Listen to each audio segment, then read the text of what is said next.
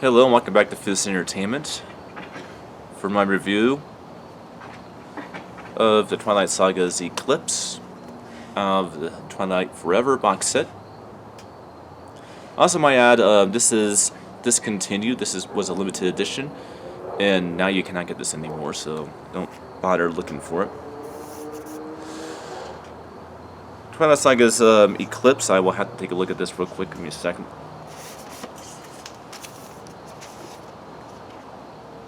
When did you come out?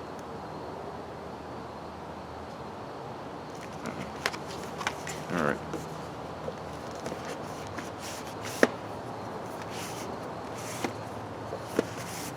Twilight Saga's Eclipse came out in 2010.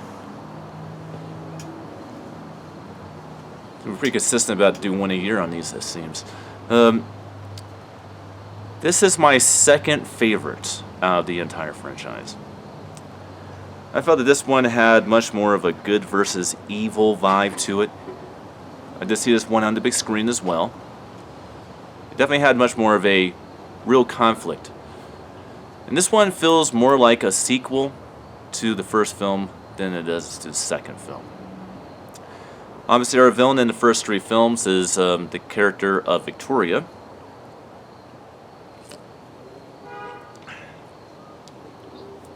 And alright.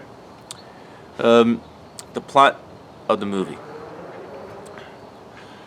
I would say the plot of the movie would kind of go like this.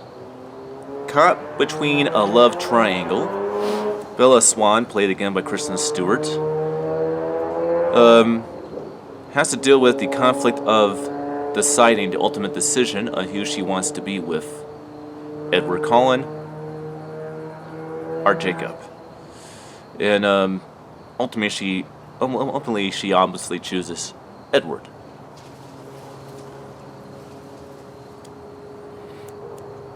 But not just does she have to deal with this love triangle. She has to deal with this when a teenager goes missing for a long time. He reemerges as pretty much a turned vampire, a newborn vampire, who is instructed by our villain Victoria from the first two films to go ahead and create an army of newborn vampires, so they can destroy the Cullen Covenant, and she can get her revenge for the death of her lover in the first film.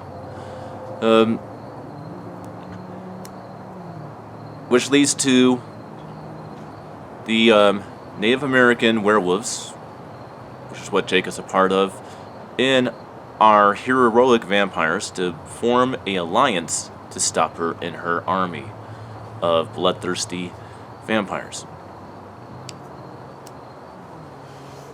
Which ultimately leads to, obviously,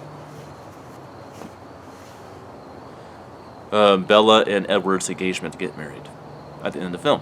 I think that's the easiest way to kind of explain the plot of the movie. Okay, so why do I like this one? Other than the fact that it's more of an action-adventure-driven Twilight episode, and not so romance-driven. Well, I think that has a lot to do with it right there. I think that kind of says it right there. This one has conflict. It has a action-adventure nature to it. Is more serious than the first two films. Not to say that they weren't serious. There are definitely serious aspects of the first two. And I just thought that the overall look of the movie was great. The flow of the film, and this is really where everybody starts bringing their A game. I mean, we see good acting chops from pretty much everybody.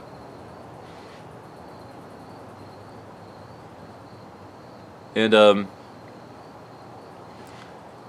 it definitely takes it to a whole new level with Eclipse.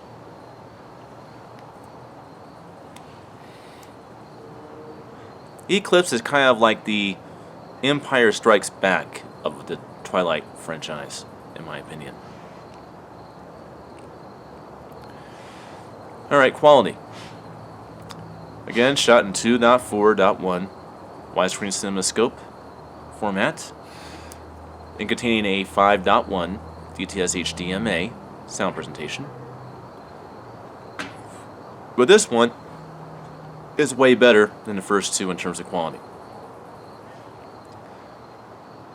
Now this one actually has winterized elements as well as fall elements in the cinematography, and the cinematographer really played out very well with that, making it more blue and white temperatured with cool like cinematography, and times when it needed it, having warmer, more red, green toned type of cinematography when needed. It definitely made out for a very good looking movie from a filming point of view. The audio, this one's not front based, this is all over based. You have a very, very good surround experience with this one.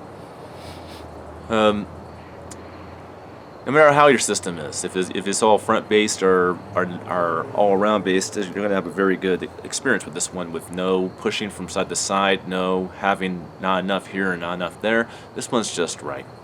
So you're really going to have a good experience sound wise. The action's good. The suspense is good. The acting is great. The flow of the film is good. It takes more time on doing funner, more exciting things than, your typical romance stuff. So, that's what I was to say about Twilight Saga's Eclipse. I'll see you guys next time for my review of Breaking Dawn Part 1, the Extended Edition. Until then.